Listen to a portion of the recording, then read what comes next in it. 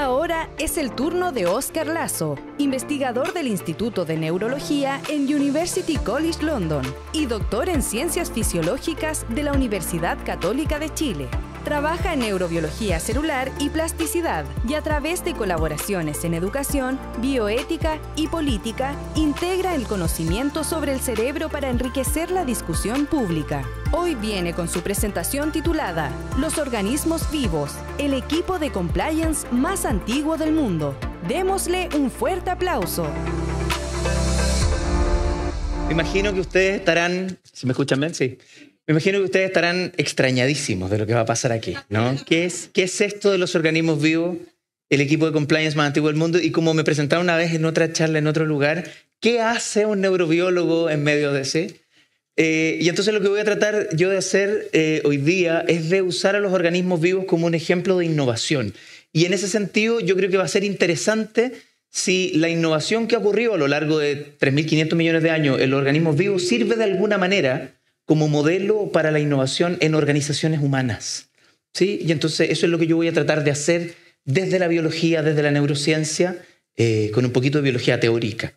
Y esto, alguien me decía recién, ¿qué se fumó el compañero que se le ocurrió hacer algo así? Esto no es ninguna locura y ninguna novedad. Hay una larga historia de uso de modelos biológicos, de diseños inspirados en la naturaleza, que no solamente abarca lo obvio, que es como la repetición de formas de la naturaleza para resolver problemas de diseño, sino también la imitación de funciones de la naturaleza, que nos permiten construir máquinas que hacen cosas interesantes en forma muy eficiente, pero además, y cada vez más, un esfuerzo por ir imitando algunos procesos y algunos sistemas que ocurren en sistemas naturales, en algunos sistemas biológicos, y que nos permite resolver problemas altamente complejos de organizaciones humanas, que son muy difíciles de resolver, y que la naturaleza ha resuelto.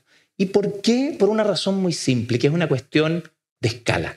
Hay un ejercicio que a Carl Sagan le gustaba mucho hacer, el astrofísico norteamericano, que es de imaginarse que la historia del universo es un año calendario, ¿cierto? Y entonces nosotros estamos en el último día del año, en el último segundo, la noche de Año Nuevo, y miramos hacia atrás el año entero, y ese año es la historia del universo, ¿cierto? Con el Big Bang ocurriendo en enero. Y entonces la vida comienza en septiembre, octubre, se consolida en el mes de noviembre, y a mediados de diciembre recién empiezan a aparecer los primeros organismos pluricelulares. Y con eso pasa algo fantástico, porque empiezan a haber necesidades de organización y de la emergencia de reglas, que voy a profundizar en un segundo más. Nosotros en ese esquema de las cosas somos novedades tremendamente recientes. Los humanos empiezan a aparecer, nos empezamos a separar de nuestros parientes primates más cercanos, pasado las 8 de la noche de esta noche de Año Nuevo, ¿sí? Y si eso les parece reciente, les dará vértigo saber que toda la historia de la humanidad, desde los primeros asentamientos permanentes, ocurre en los últimos 20, 30 segundos de esta noche de Año Nuevo, ¿sí? Todas las organizaciones, incluso las más antiguas que persisten hasta hoy, organizaciones medievales, por ejemplo, no tienen más de 2 segundos. Entonces, que los organismos vivos pluricelulares tengan 2 semanas, comparado con todas nuestras organizaciones humanas que tienen un par de segundos, sugiere que probablemente podamos aprender algo de algunas de ellas. Y quiero centrarme sobre todo en el momento en que aparecen sobre la Tierra los organismos pluricelulares, porque cuando tenemos un ensamble de células diversas, funcionalmente diferenciadas, que trabajan juntas para mantener la unidad, la coherencia, la identidad de un organismo, necesariamente emergen reglas que hacen eso posible y que permiten, por una parte, adaptarse en forma coherente, en forma unitaria a los desafíos del medio ambiente, a los cambios del medio ambiente, y también a las nuevas reglas que emergen en la interacción entre estas partes distintas, ¿cierto? Es lo que mi biólogo favorito, Francisco Varela, un neurocientífico chileno, llamaba una trama de identidades sin centro, porque la verdad es que este organismo no tiene como un lugar donde se juega todo, un centro de control que opera todo lo demás, sino que su organización resulta de la superposición de varias identidades. Y cada una de esas identidades es de alguna manera una regla de compliance, ¿cierto? Que este organismo tiene que encarnar. Entonces lo que voy a hacer hoy día es revisar 6 principios o 6 mecanismos de los que yo he llamado compliance ontogénico, ¿cierto? Cumplimiento de las reglas del organismo. La primera es la más obvia y que es la existencia de un límite externo, la piel de los organismos vivos, el envoltorio. Y entonces este tipo de innovación muy simple nos obliga a preguntarnos, ¿tenemos claro cuáles son los límites, cuáles son las fuerzas que mantienen a nuestras organizaciones juntas? Y mejor aún, esa primera barrera selectiva, ¿en qué consiste? ¿Dónde está? ¿Cuáles son los criterios de permeabilidad, de porosidad que tiene esa primera barrera que separa lo que está dentro de mi organización de lo que está fuera de mi organización? La segunda, y que es más antigua, esta tiene 2.500 millones de años, ya la hacen las células individuales y es la compartimentalización. Las células ya tienen organelos y cada función de la célula está compartimentada en esos distintos organelos.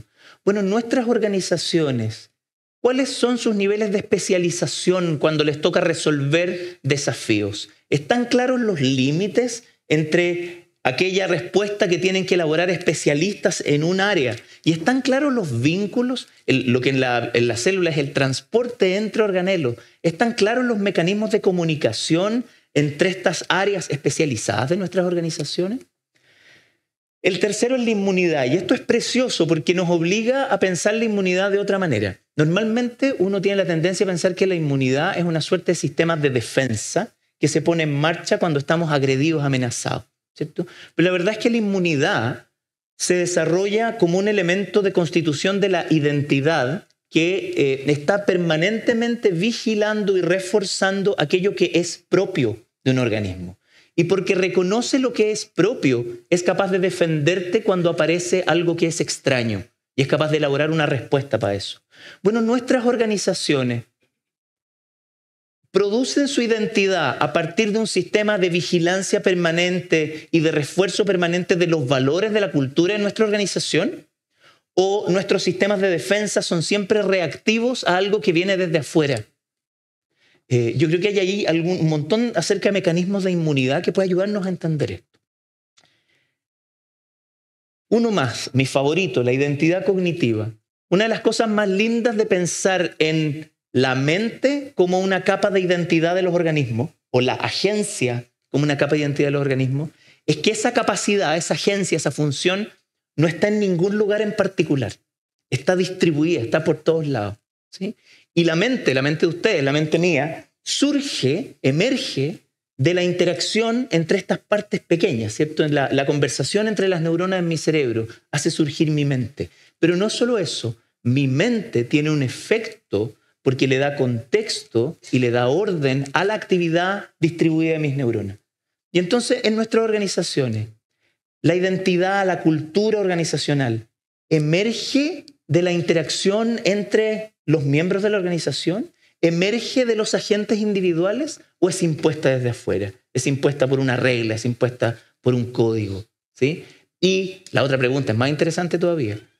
¿Nuestra identidad, nuestra cultura de organizaciones es capaz de encarnarse en la interacción de vuelta entre esos agentes? ¿Es capaz de cambiar la manera como colaboran, como pelan, como negocian? ¿Es capaz de cambiarlo o simplemente es una regla estática? Una más, apoptosis, una palabra bonita y compleja. La apoptosis es lo que los biólogos llamamos mecanismos de muerte celular programada. Y con esto no estoy sugiriendo que nos tomemos literalmente las sanciones, sino más bien reconocer que las células tienen, los organismos vivos tienen, mecanismos que reconocen, que monitorean ciertos checkpoints críticos. Por ejemplo, la integridad del genoma. Y frente a ello, las soluciones son radicales, ¿sí? Esas zonas, esos componentes, esas células son eliminadas. Tenemos nosotros en el repertorio de acciones que tenemos para resolver problemas en nuestra organización soluciones radicales que sean capaces de mitigar por completo. ¿Y cuáles son entonces los checkpoints? ¿Cuáles son esos puntos que son críticos, que son de no retorno, a partir de los cuales solo una acción radical es verdaderamente capaz de mitigar los efectos catastróficos que puede tener un quiebre de cumplimiento? Y el último, y este a lo mejor es mi favorito junto con el de la identidad cognitiva, la flexibilidad. La norma en los organismos vivos es la flexibilidad. Y la capacidad de adaptación que tienen los organismos vivos está dada no por su capacidad de responder a los desafíos del medio ambiente, sino por su capacidad intrínseca de tener un rango de variación que pueden tolerar. Entonces, cuando a ti te cambian algo en el ambiente, cuando aparece una nueva regulación, cuando aparece un nuevo desafío, cuando aparece un nuevo riesgo, la manera como tu organización resuelve ese problema es generando un nuevo estado estable de las cosas que le permita resistir este nuevo cambio, o es que amplía el rango dinámico de cambios que es capaz de tolerar. Un organismo, cuando tú le cambias la temperatura ambiental, no se ajusta a la nueva temperatura. Amplía su rango de tolerancia a temperatura, de manera que ahora es capaz de responder al esquema antiguo y al esquema nuevo. ¿Son nuestras organizaciones así de flexibles? Estas, por supuesto, son preguntas que yo les voy a dejar abiertas. Se me acabó el tiempo. Tenemos la oportunidad de seguir discutiendo estas cosas en el futuro. Espero haberlos dejado con hambre de innovación inspirada en biología. Y con eso agradezco a quienes me han traído aquí, la University College London y la Universidad de San Sebastián.